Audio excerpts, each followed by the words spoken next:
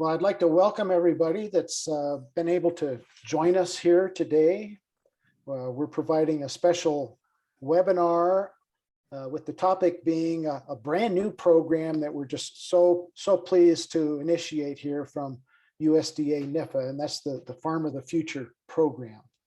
We've been doing a lot of work over the last many months since the appropriations came through to start this program, to base it on stakeholder input. So to do that, we had a stakeholder input session during the month of May.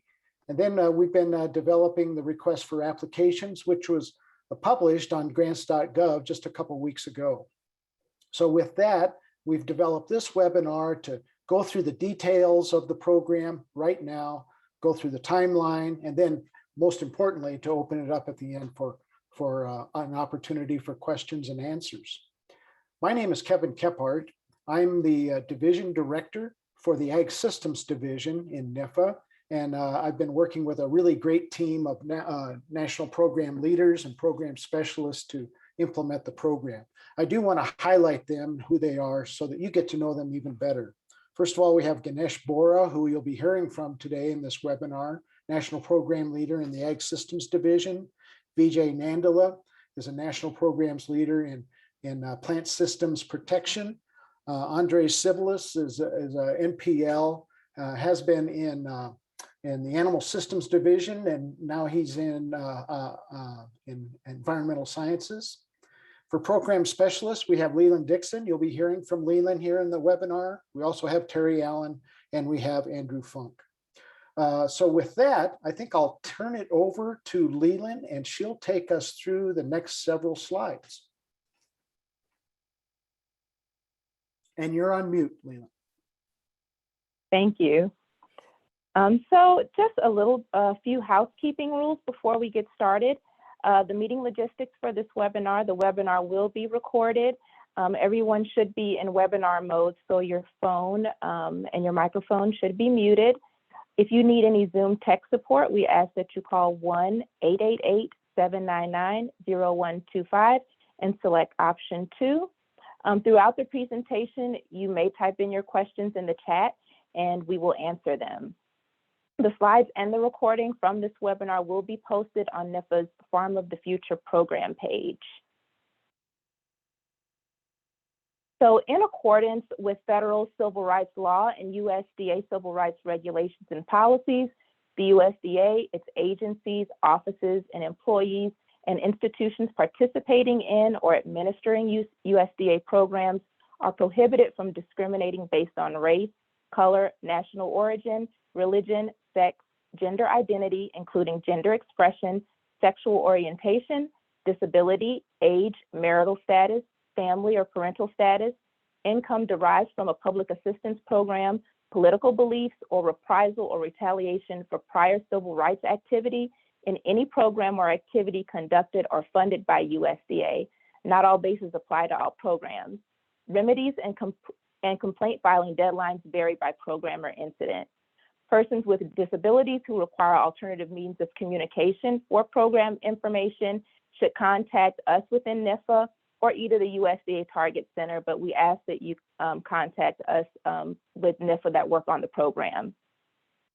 To file a program discrimination complaint, we ask that you complete the USDA Program Discrimination Complaint Form, and it's found online. It's the AD 3027, and it's found online at How to File a Program Discrimination Complaint and at any USDA office, or write a letter addressed to the USDA and provide in the letter all the information requested in that How to File a Program Discrimination Complaint form. The USDA is an equal opportunity provider, employer, and lender. So for introductions, just as Kevin Kephart mentioned, we have Ganesh Bora, National Program Leader with the Institute of Food Production and Sustainability, Andres Sibilis, National Program Leader with the Institute of Bioenergy, Climate, and Environment, Vijay Nandala, National Program Leader with the Institute of Food Production and Sustainability, and myself, Leland Dixon, Program Specialist in the Institute of Food Production and Sustainability. And please reach out to us during the application process if you have any questions or concerns. So the topics that we'll cover today is a NIFA overview, an overview of the Farm of the Future program, the request for application details, the proposal evaluation process of the applications, as well as additional information and resources. So with that, Ganesh Bora will be taking it away with the overview of NIFA.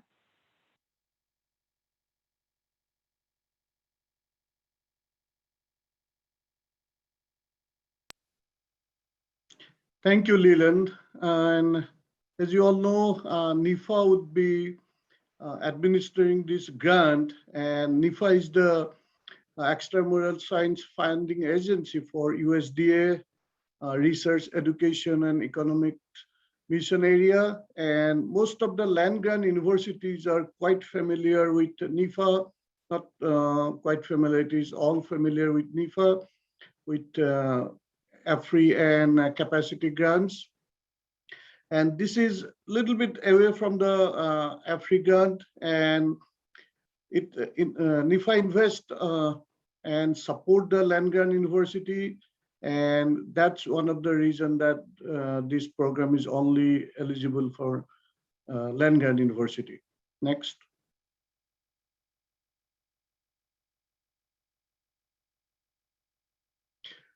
So the topics covered by NIFA in 4 different institutes, Institute of Food Production and Sustainability, and youth, and IBE, and Food and Nutrition. So all programs you see on the slides are covered by NIFA programs, and that's what we want in our Farm of the Future, also cover as much as possible by that program. Next. So there's a link to the funding opportunity where the RFA is available, and for this Farm of the Future program, as Kevin mentioned, this is very new program, and we had gone through listening sessions and tried to incorporate all the aspects of the program. And please go ahead and look at the program and see every details of that. And any confusion, just try to contact the team. Next. So the priorities of this program is Farm of the Future is under assistance listing 10.230 will integrate advances in precision agriculture, smart automation, resilient agricultural practices, socioeconomics, and plant and animal performance. The plant includes also forestry, and animal includes also aquaculture. And we are looking for a site or test bed which will develop data-driven or modern technology solutions by technological integration to increase productivity and create value-added agricultural products and enhance connectivity, resilience for trivial rural communities, by which we'll see Farm of the Future. Next.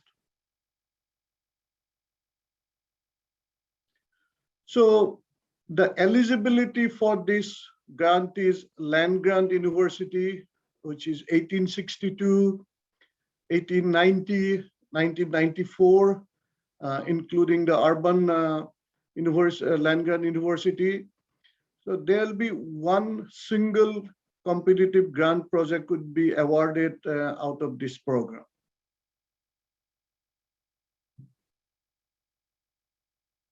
So we want this to be applied electronically in grants.gov, and award is limited to only one institution in the land grant system. The lead institution can sub-award to either partner institute or any corporate sectors, but the funding will be provided to the lead institute.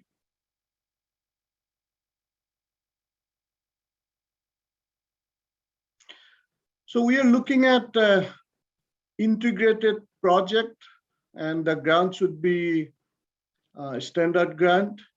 Integrated project, we are looking at extension, research, and teaching, and at least two of those three aspects. And one should not be more than 2/3 of the project, one component, or less than 1/3 of the component. Next. So this is, we are more into see what the test bed would be, and we should have at least two. Again, research, extension, and education. And we're looking for what we have already done, kind of fundamental research, and this should be more applicable into the project. So we don't need any matching grant, and there will be no advantage putting matching resources into this proposal, and the review process will not have any extra credits for matching grant.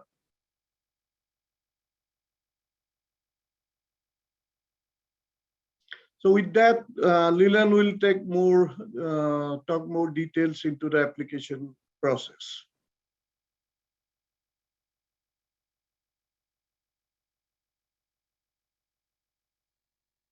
For the application details, just as Ganesh mentioned, the RFA is available online at NIFA.USDA funding opportunity Farm Future. The application deadline is 5 p.m. Eastern Standard Time on Friday, October 15th, 2021. The total funding available for FY 2022 is $3,969,000. The funding opportunity number is USDA-NIFA-OP-008501. The program code is FOTF. So just think of Farm of the Future. FOTF is the program code. The maximum award amount is once again $3,969,000. There is an anticipated number of one award, so just one award. And the duration of that grant will be anywhere in between 3 to 4 years.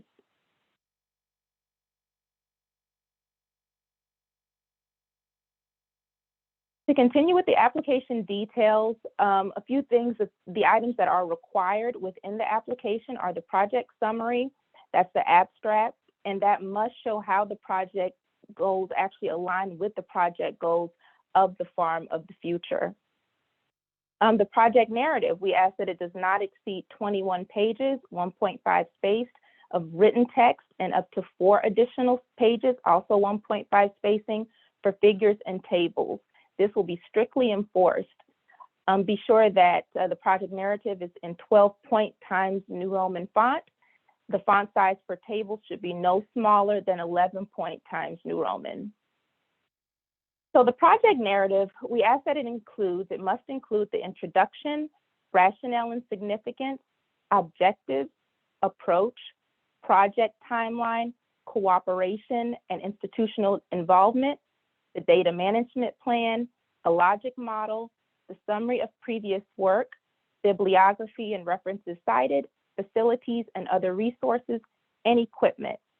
Those last 3 items included that are bolded are currently not in the RFA, but will be available in an updated version of the RFA that will be placed on NIFA's website and through grants.gov over the next few days. So that is the bibliography and references cited, facilities and other resources, and the equipment will be updated to the RFA. If there are any applications exceeding the page limitation, it will be returned without review, so it will not go through the review process. It will be rejected. Appendices are allowed, but they should not be added to circumvent the page limit.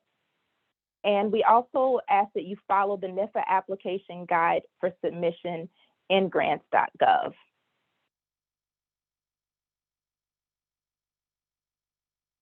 So for the data management plan, a data management plan is required for this program. Applicants should clearly articulate how the project director and co-project directors plan to manage and disseminate the data generated by the project.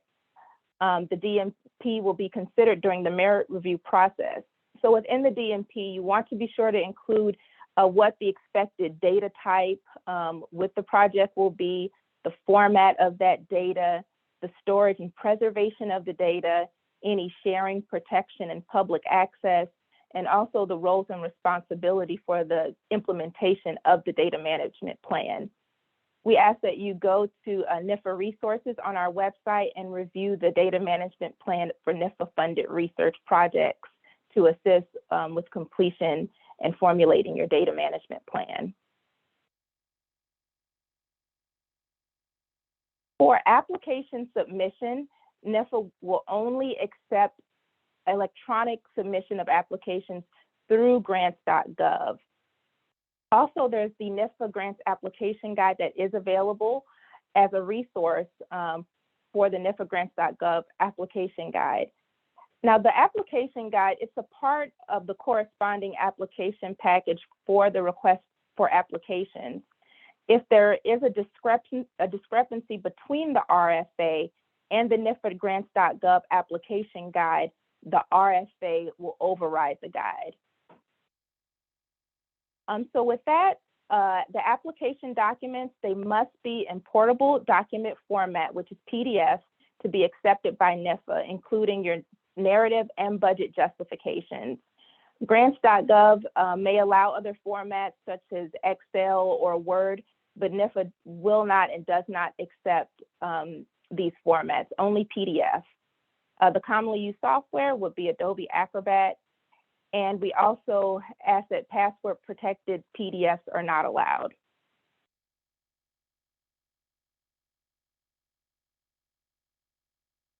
I also want to make note that with application submission, until the deadline, NIFA accepts subsequent submissions to an application. However, you want to be sure that it still meets the application requirements and it's not in bits and pieces. So when you do put in that final submission, that all of the parts are in that submission before 5 p.m. Eastern time.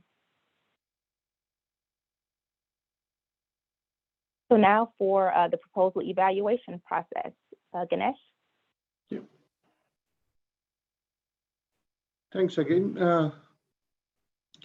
As the evaluation process goes, this would be normal NIFA evaluation process through a review panel, and each proposal would be reviewed through at least 3 scientists, and they will rank them or provide the review comments, and that will be basis for evaluating in the review panel, and they'll be giving strengths and weaknesses of the proposal and rank them excellent, very good, good, fair.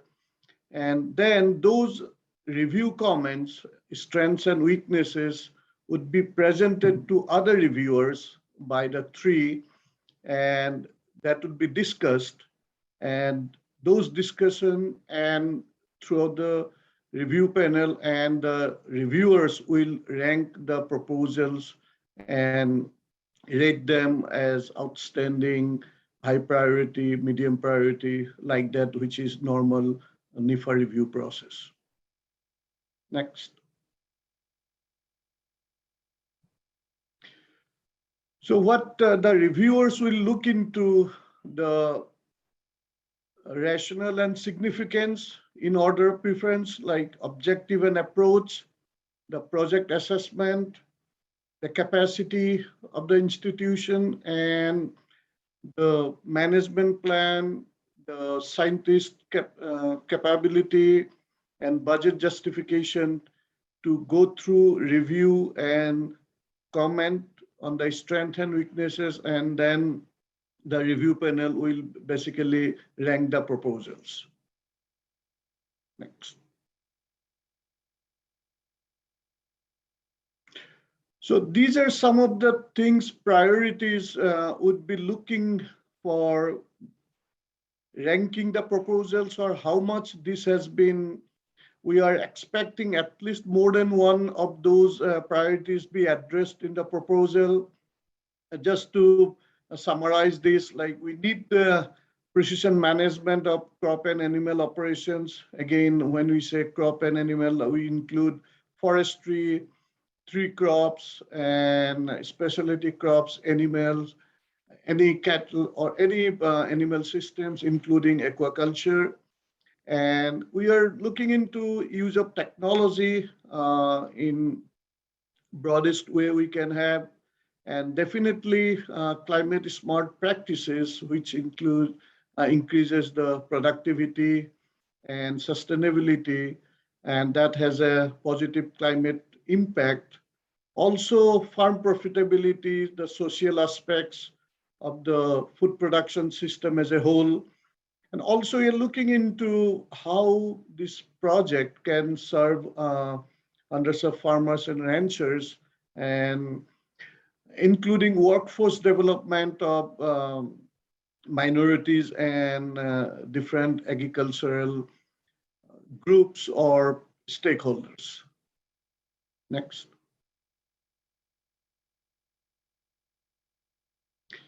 So timeline, as you already know, who have gone through the RFA, that the due date is 15th October of this year, 2021, and it's 5 p.m. ET. Please make sure that it is 5 p.m. ET and 500 is acceptable and 501 is not acceptable. This NIFA is quite strict in the time submission. So I'd request you to submit at least a day or before, and normally a week before is the best thing. And with all this internet uses right now, so please do that way ahead of time. And you might think that the people in the Pacific and all might lose some time. So for them, it's very important that you do ahead of time, or at least a day or two ahead of time. So we are expecting the review of proposals. This would be expedite one, and the selection of the team should be done within 2 months. And once the selection of the team is, or the proposal or the project is done, or the institution done, we are expecting to get the award to the institute by within 2 months. So we'll be keeping you updated on the process as we go forward. And again, we'll definitely appreciate the patience, and will not hesitate to tell you anything which goes on. So please keep it in mind that this process will take some time. Next. So Leland will get to you some additional information regarding this program. Okay, so for additional information for upcoming events, we ask that you go to NIFA events calendar for upcoming deadlines, webinars, and meetings. This webinar was posted on the NIFA calendar. Also, we ask that you check our RFA calendar for upcoming grant opportunities. Some of the other resources that NIFA has are funding opportunities. There's also a competitive grants flow chart that goes a little bit more in detail on the mechanisms of how our competitive grants work. Also, NIFA grant resources that has different videos and training resources. We ask that you review the NIFA policy guide as it pertains to applications and awards. Also, NIFA's indirect cost guidelines, and also a guide for preparation and submission of NIFA applications through grants.gov is also available.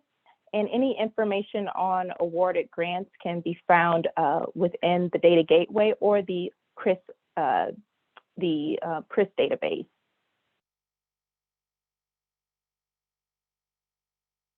So now we are going to go to the chat and answer some questions. And this is the team's contact information. If you have any questions, to feel free to contact us.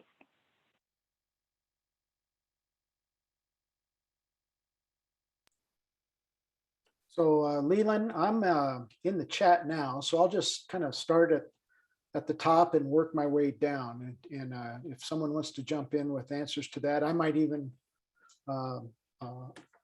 jump in with some answers right away to these. First one's from Jonathan Beaver, and that is, will matching funds from private industry be considered as part of the evaluation process? And I see that VJ's already answered no to that. To elaborate, we won't be considering any cost sharing or matching in the review process for it. We welcome that be a part of the program, but it just won't be an evaluation criteria. Alex Thomason, how do we balance the idea of research with the idea of a demonstration farm? So any of the panelists want to jump in and answer that one? I'll try to give it a stab if I can. This is an integrated proposal, so it includes research, both research and extension or education as well. And the idea is that the research is perhaps going to be applied, but that this serve as a demonstration site with that would probably involve extension or education activities as well. Okay, I'm going to toss this one to Leland. Are sections J, K, and L, the elements, considered to be part of the 21-page limit? Yes, they are a part of the 21-page limit. So be sure to put that within the 21-page limit. I also see another question under there that says, are you indicating that figures and tables up to 4 pages must be separate from the narrative text? It doesn't have to be separate from the narrative text. It can be included. However, with those up to 4 pages, your project narrative, 4 pages of tables and figures, it could be 25 pages. So that is fine. So it doesn't have to be within that 21-page range per se. You have up to additional 4 pages for figures and tables. Then Leland, the next one's about the data management plan, also within the 21-page limit. Yes, should the data management plan be a separate attachment or incorporated as part of the 21-page limit of the project narrative? It should be incorporated within the 21-page limit. Martin Draper asks if graduate student support is allowed, and yes, grad student support would be allowed in the budget and described in the proposal. The next one, also on data, I think that's a repeat. You've already answered that one. Thank you, Leland. Brad Joyce asks, even though there is no institutional limit on the number of applications, will multiple applications negatively affect the review of proposals coming from that institution?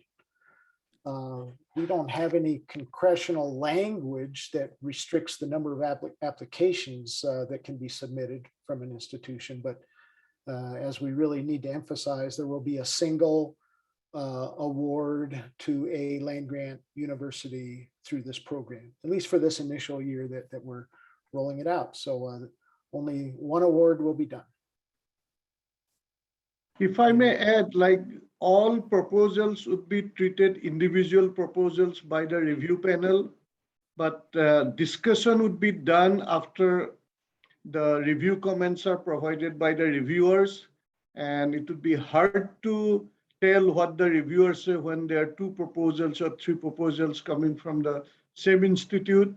So once review is done and discussion starts in the review panel, it would be hard to keep it separately because they will do it entirely.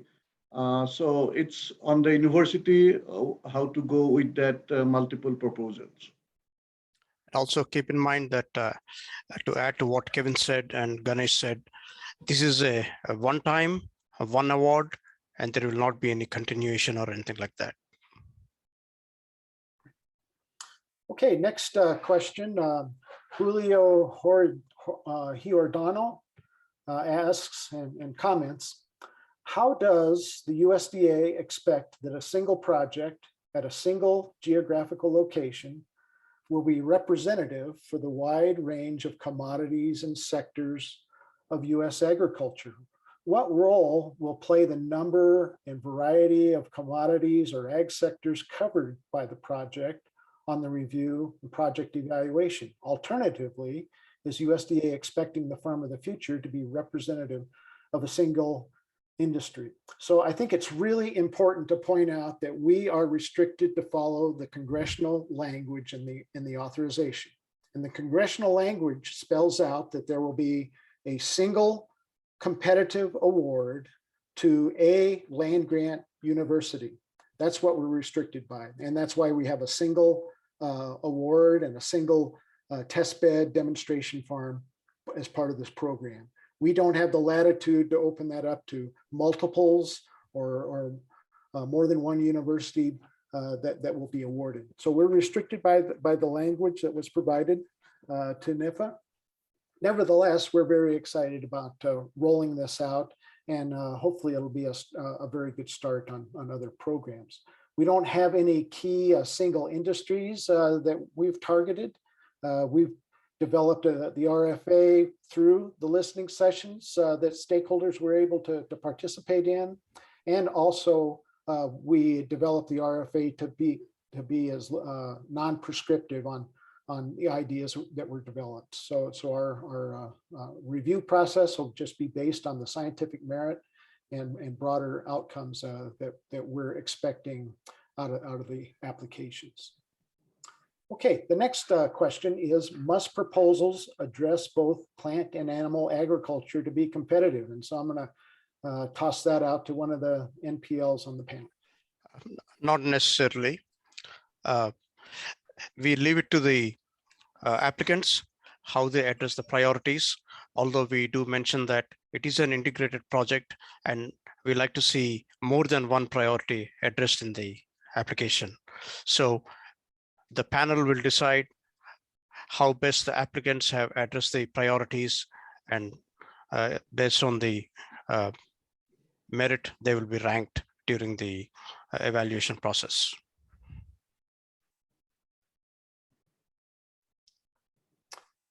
Okay, next one from Josephine Martel. Given the emphasis on assessment in the review criteria, do you expect to see an external evaluator included as part of the team and budget?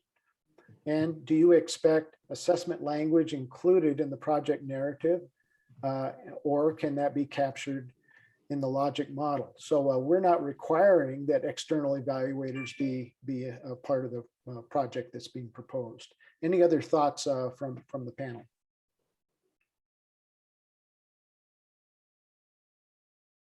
I believe that's right, Kevin. So that's not a stipulation in the RFA. That is correct. Yeah, it's not a requirement, but it certainly can be part of the proposal, and it'll be part of the evaluation that the review panel would take into consideration. Okay, next question from Martin Draper. I think we've already addressed this, but I think Martin is emphasizing the word must. Must the project proposal include both animal and plant systems? No, it must not, but integration of crops and livestock were certainly of great interest expressed in the stakeholder input. Okay, John Houck, next question. The timeline shows awards. I saw a slide that said one award for $3.9 million. So that's a good catch. That's just a typographical error, John, in the presentation. There will be a single award. Martin Draper asks, I thought I saw that NIFA was going to move to a deadline of 5 p.m. in the submitter's time zone. Is that change not happening, or is it merely not implemented or not yet implemented? And the latter is the case, Marty, and that is that it's not yet implemented. We're considering that for multiple programs within NIFA, but it hasn't been implemented yet. Okay, Hamid Mansouri Rad asks, can we propose 2 test bed locations, both part of the university, but 2 different agricultural science centers, reaching 2 different populations. So one of the panelists, if you could answer that question. We'd like to have 1 test bed, but with justification, there can be some satellite test beds which will feed into the main test bed. So in that case, if you have more than 1 and with good justification, that is okay, that this is basically feeding to the main one. But for 2 different things or 2 different aspects, everything, 2 different projects are not generally welcome. But again, it will go back to your justification for having the 2nd or 3rd one and whether it is required or not. Okay, any other panelist comments? I think the key thing, oh, go ahead. Feature. Sorry, to kind of expand on that, I guess you can envision an example where the award is made to a land grant university, but then a sub award is made to another institution or a public enterprise. Then that sub award should tie in to the main institution's project. So some sort of connection or integration, synergy, that would be an important part of that. Okay, Dennis Buckmaster asks, with that review and announcement timeline, could the project start date then be flexible from March 1st forward? I think that's a possibility.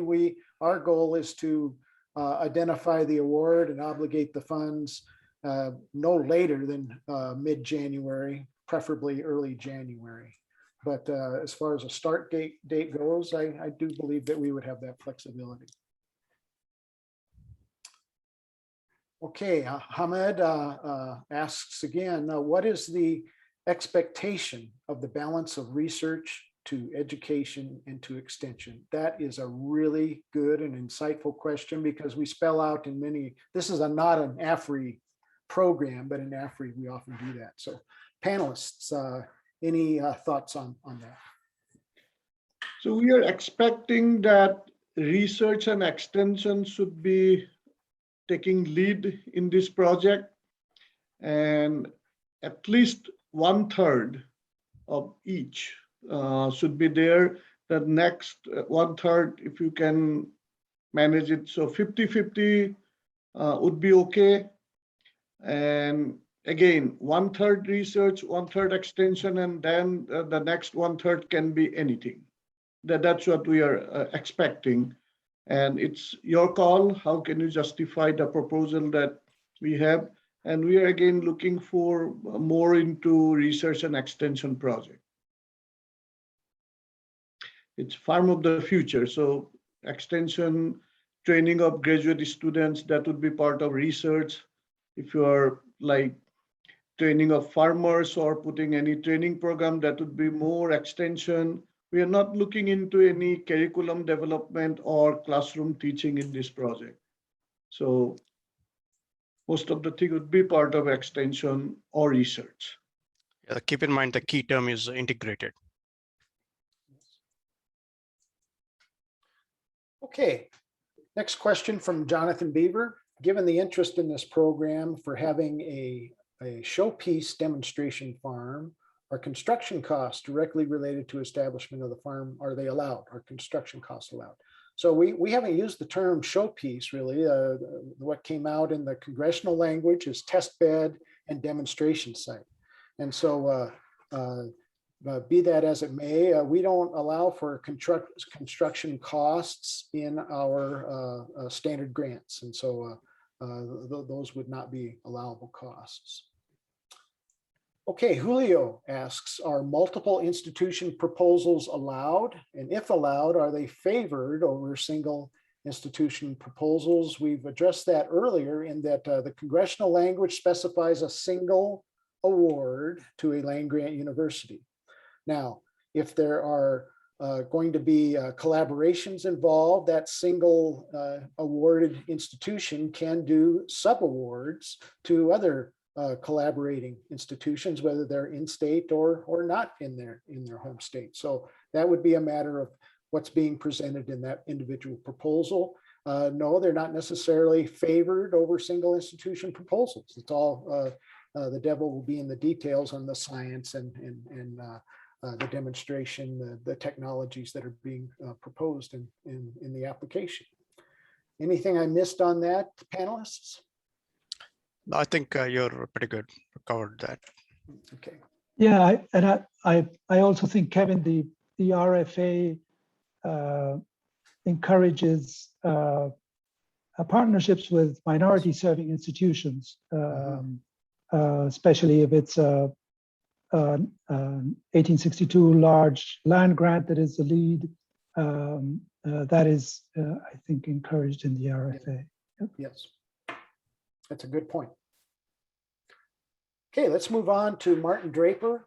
Should a project have a small let me start all over again. Should a project have a small demonstration site with a larger study area elsewhere, or must all activities be integrated geographically? I think we've touched upon that before, in that I think it's feasible that the demonstration site or the test bed doesn't necessarily need to be one contiguous piece of land or one contiguous solid single farm.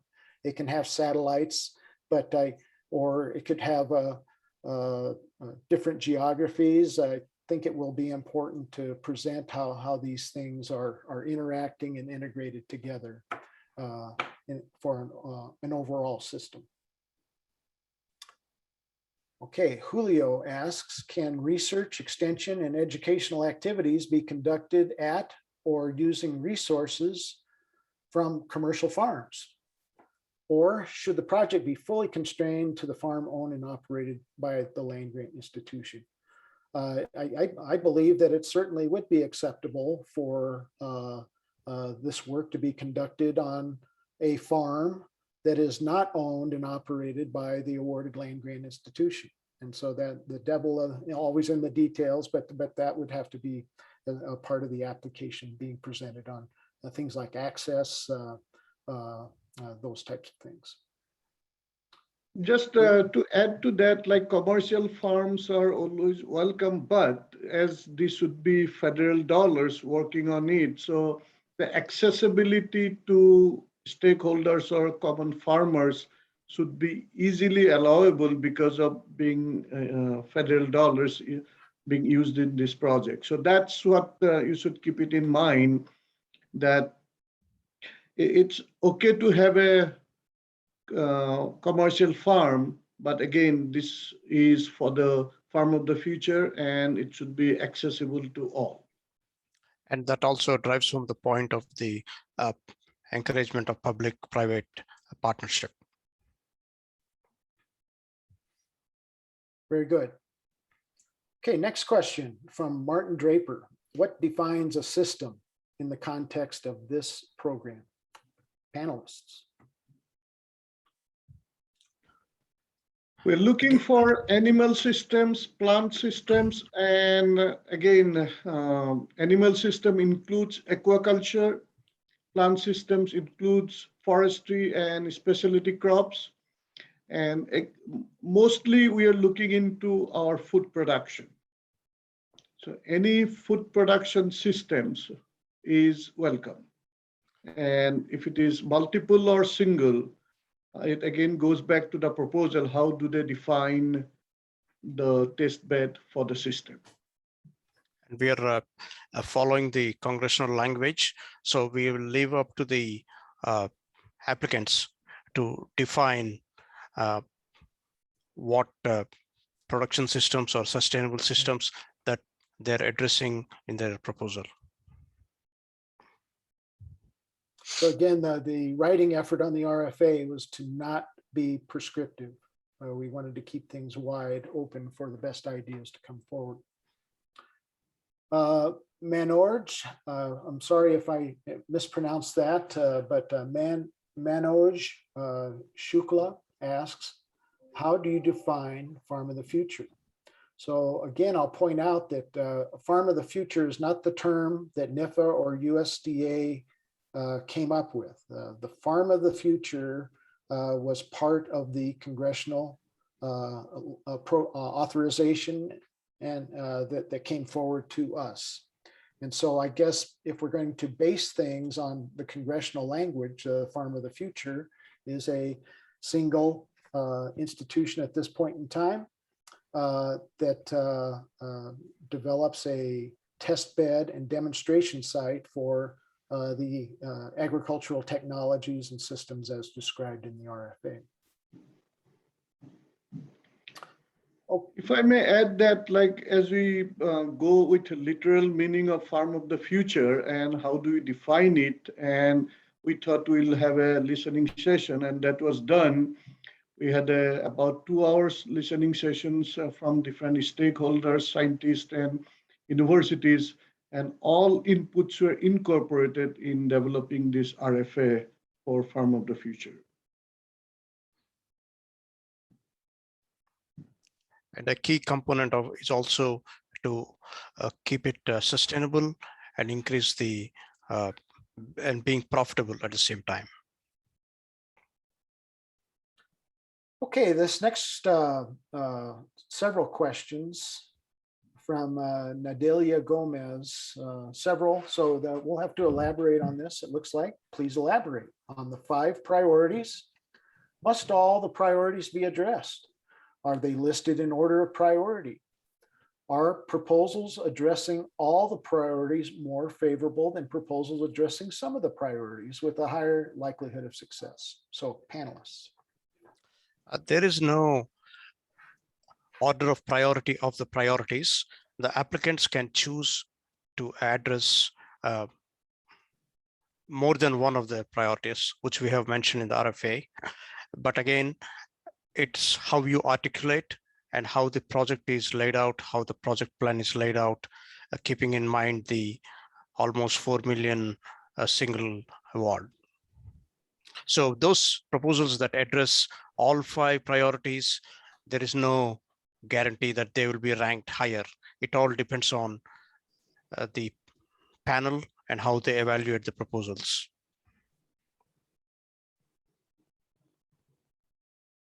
Okay, any elaboration on the 5 priorities? They're already available in the RFA, and we do have several questions to get through. Priorities, if we go back to the congressional language, they have mentioned that like they're looking into technology, precision agriculture, climate change, into increase in productivity, accessibility to underserved. So some of those will definitely be part of the review process in way forward. So I would expect that, like all the time when this listening session and also with the congressional language, the connectivity technology would definitely be in the forefront. I'll add one that was written and that we haven't commented enough on, and that's also technologies that add value to agriculture. So value-added processes, whether it's conversion of agricultural products into something of more value, or doing systems or taking steps such as identity preservation and doing so successfully. That would fit in.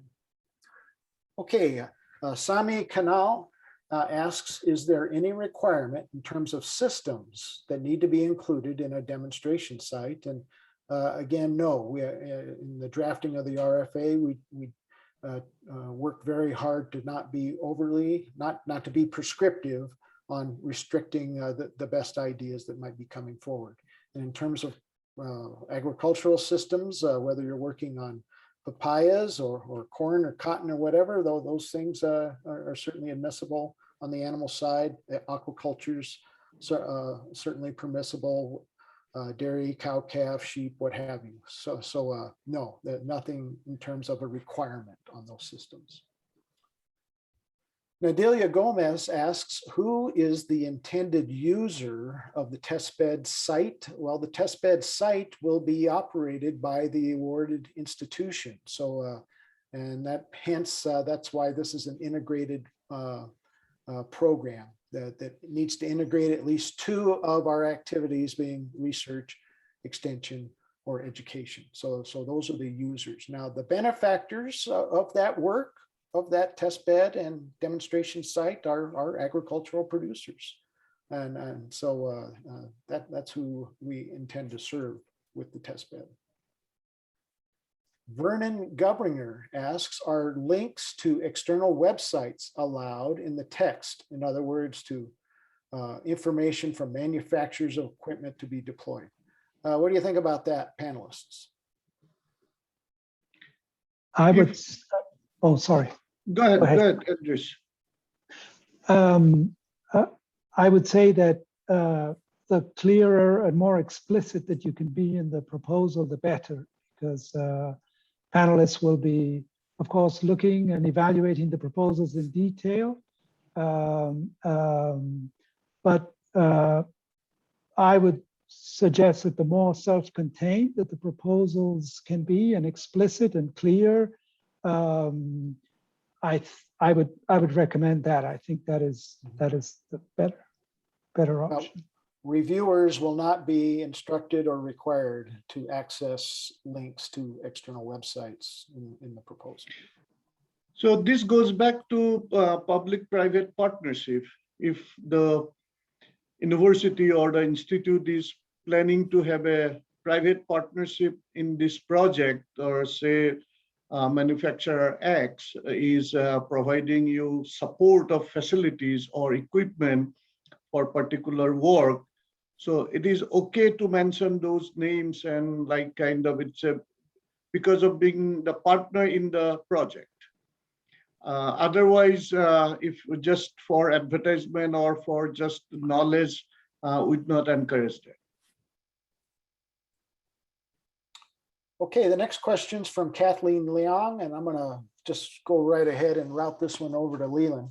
Leland's our 21-page requirement expert on the panel. So Kathleen asks, please explain how we are expected to include references in the 21-page requirement when we usually have several pages for references.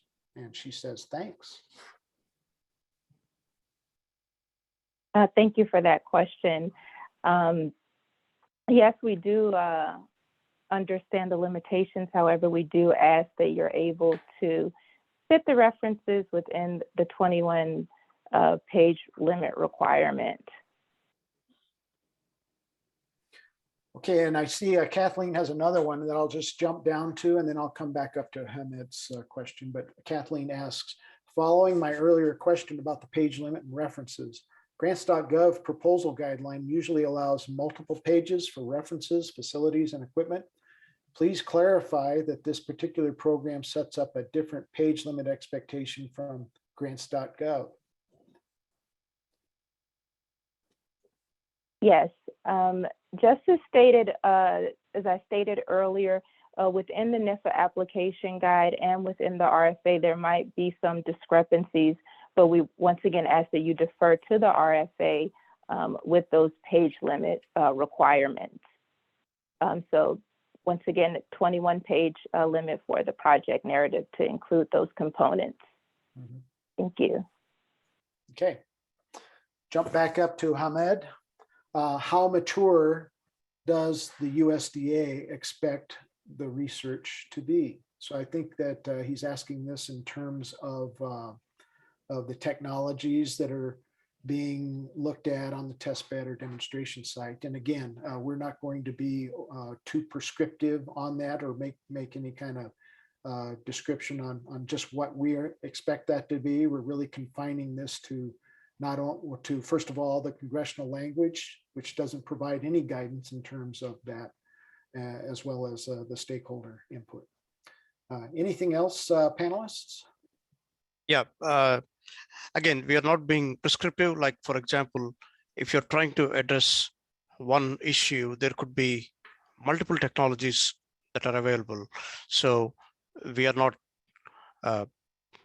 mentioning any particular technologies be applied or anything like that. We'll just leave it up to the applicants to pick the best technologies that they can combine into a doable project that addresses more than one of the priorities. I think it is better to keep it in mind that this is an integrated project for Farm of the Future with 3 to 4 years duration. So how much the research or extension you can use. And as it is integrated project, if you do any research, it has to be implemented. So just keep that in mind that 3 to 4 years duration, you have to use that in that farm. Okay, next question from Ed Weinberg. If the Farm of the Future proposal positively impacts the entire food chain beyond production, will that be weighed more meritoriously compared to a proposal within the farm boundary? I'm going to kick that one to the panelists.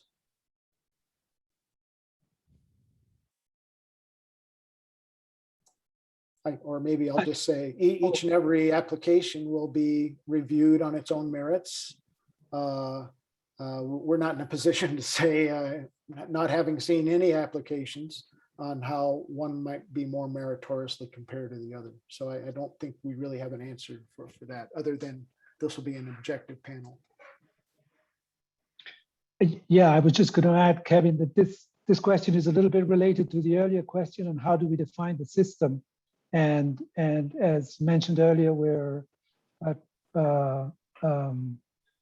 intentionally trying not to be prescriptive there. So, yeah. Yeah, keep that in mind. The main aspect of this program is to develop a test bed. So keeping that in mind, if that is all things done within that test bed is always welcome. Okay, next question from Josephine Martel. I think we've already covered this, but she says the congressional language, does that mean we cannot have subawards or collaborate with other institutions? And we've already explained that yes, you can have subawards, and yes, you can collaborate with other institutions. And the RFA points out that collaborations with minority serving institutions would also be welcome in their involvement in this. Okay, Susan Finiseth asks, the R&R Other Project Information Form at grants.gov has sections to upload the project summary, project narrative, bibliography, etc., considered part of the 21-page limit. Should they be posted as one document in the project narrative section and then leave the bibliography, facilities, and equipment sections blank on the other? So